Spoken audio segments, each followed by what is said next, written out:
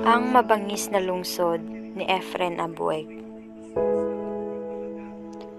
Ang gabi ay mabilis na lumatag sa mga gusali, lumagom sa malalakit, maliliit na lansangan, dumantay sa mga mukha ng mga tao, pagal sa paghanap ng lunas sa mga suliranin sa araw-araw.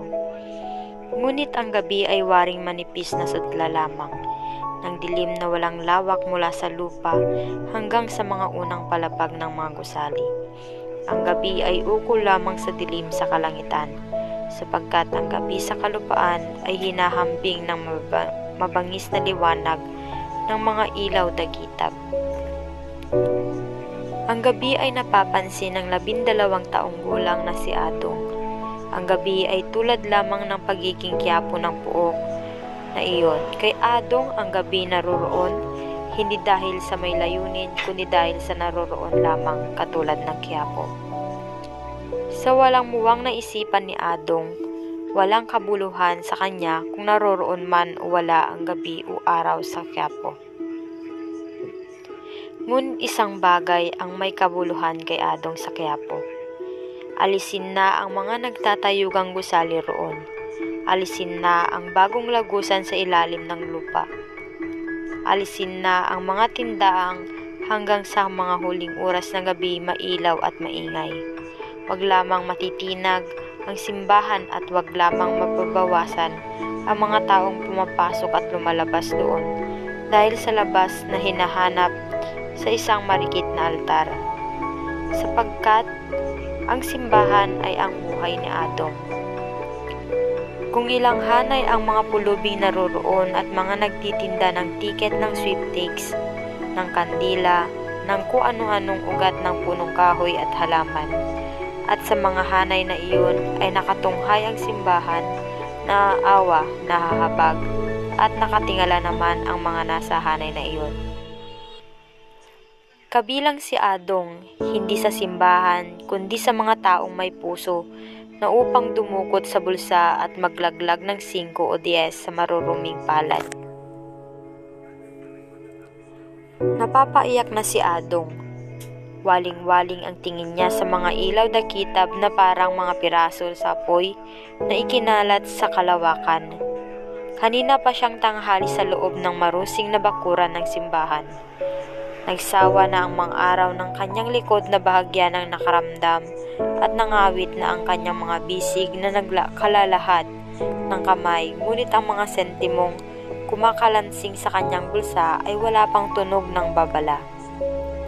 Babalang ipinaparamdam ng pangangalam ng kanyang sikmura at sinasapian pa ng takot na waring hidad na gumagapang sa kanyang katawan. Mama, Ale, palimos na po. Ang maraming mukhang nagdaraan ay malamig na parang bato. Ang ibang mga kamay ay hiwating ng pagwawalang bahala. Ang hakbang ay nagpapahalata ng pagmamadali ng pag-iwas. 5 po lamang, Ale, hindi pa po ako nanananghalian. Kung may pumapansin man sa pananawagan ni Adong, ang nakikita naman niya ay irap, pandidiri, pagkasuklam, pinanghahanap buhay. Yan ang mga magulang para may maisugal, madalas marinig ni Adong.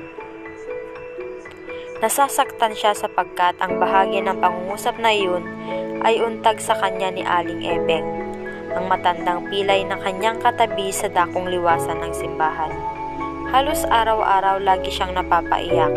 Hindi lamang niya ipinahahalata kay Aling Ebeng ni kanino man na naroroong mga pulubi. Alam niyang hindi maiiwasan ang pahingi ni Bruno ng piso sa kanya sa lahat. May reklamo?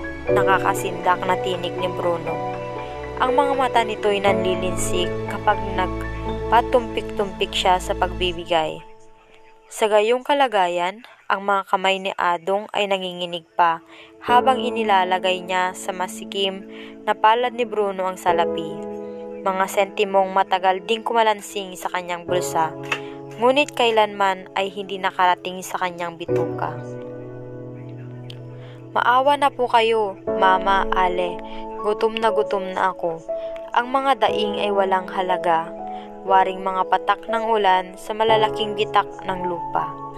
Ang mga tao'y waring lantad sa paglilimos, ang mga tao'y naghihikahos na rin.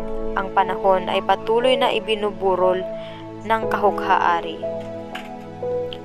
Ang kampana ay tumugtog at sa loob ng simbahan, pagkaraan na maikling sandali, narinig ni Adong ang pagkilos ng mga tao. Papalabas, waring nagmamadali na tila ba wala pang isang oras na napakakatigil sa simbahan ay napapasok. Nakararamdam ng hapdi, hindi sa katawan kundi sa kaluluwa. Natuwa si Adong, pinagbuti niya ang paglalahad ng kanyang palad at pagtawad sa mga taong papalapit sa kanyang kinaroroonan. Malapit nang dumating si Bruno, ani ni Aling Ebeng, na walang sino mang pinatutungkulan, manapay para sa lahat na maaring makarinig. Bigla-biglang napawi ang katuwaan ni Adong. Nilagom ang kanyang bituka ang nararamdamang gutom. Ang pangangambang sumisisid na kilabot sa kanyang mga laman at nagpapatindig sa kanyang mga balahibo ay waring dinaklot at tinapon sa malayo ng isang mahiwagang kamay. Habang nagdaraan sa kanyang harapang tao, malang walang awa sa kanyang kalooban. Kung ilang araw na niyang nadarama iyon at hanggang sa ngayon ay naroon pa't waring umuuntag sa kanya na gumawa ng isang marahas na bagay. Ilang singkong bagol ang nalaglag sa kanyang palad. Hindi inilagay kundi inilaglag, sapagkat ang mga palad na nagbigay ay nandidiring mapadikit sa marurusing palad na wari bang mga kamay lamang na maninipis ang malilinis. Dali-daling inilagay ni Adong ang mabagol sa kanyang bulsa.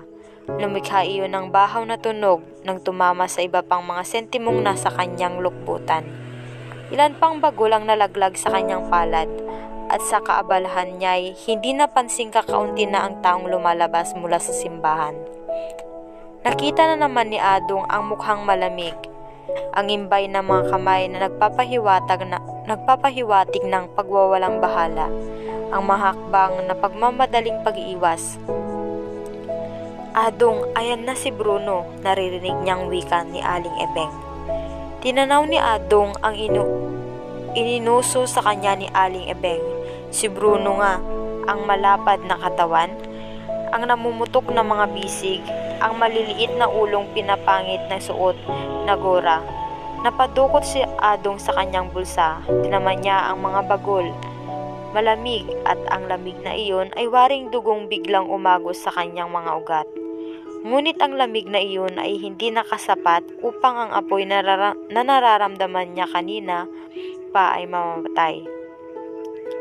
Mahigpit niyang kinulong sa kanyang mga palad ang mga bagol. Diyan na kayo, Aling Ebeng. Sabihin niyo kay Bruno na wala ako. Mabilis niyang sinabi sa matanda. Ano? Naluloko ka na ba, Adong? Sasaktan ka ni Bruno. Nakita ka na ni Bruno. Narinig naman ni Adong ang sinabi ng matanda. Nagpatuloy pa rin sa paglalakad. Sa simulay, marahan, ngunit nang makubli siya sa kabila ng bakod ng simbahan, ay pumulas siya ng takbo. Lumusot siya sa pagitan ng mga jeepney na mabagal sa pagtakbo. Sumiksik sa kakapalan ng taong salu-salubong sa paglalakad, at akala niya'y nawala na siya sa loobang sinuot niyang munting skinita. Sumandal siya sa isang posteng kuryente. Tinaman niya ang tigas niyon sa pamamagitan ng kanyang likod, at sa murang isipan ni Adong ay tumindig ang tagumpay ng isang musmus na paghihimagsik, ang paglayo kay Bruno, ang paglayo sa Quiapo, ang paglayo sa gutom, sa malalamig na mukha, sa nakatunghay na simbahan, sa kabangisang namula-mula pa'y nakilala niya at kinasuklaman. Muling dinama niya ang mga bagol sa kanyang bulsa, at iyon ang matagal niyang pinakalansing. Adong, sinundan iyon ng papalapit na mga yabag. Napahindik si Adong. Ang basag na tinig ay naghatid sa kanya ng lagim. Ibig niyang tumakbo. Ibig niyang ipagpatuloy ang kanyang paglayo. Ngunit ang mga kamay ni Bruno ay parang bakal na nakahawak na sa kanyang bisig.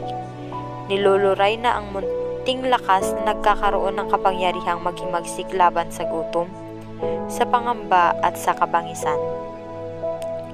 "Bitawan mo ako, Bruno, bitawan mo ako," nasigaw na lamang ni Adong. Ngunit hindi na niya narinig ang basag na tinig. Naramdaman niya na lamang ang kanyang mukha, ang malulupit na palad ni Bruno. Natulig siya, nahilo. At pagkaraan ng ilang saglit, hindi na niya maramdaman ang kabangisan sa kapayapaang biglang kumandong sa kanya.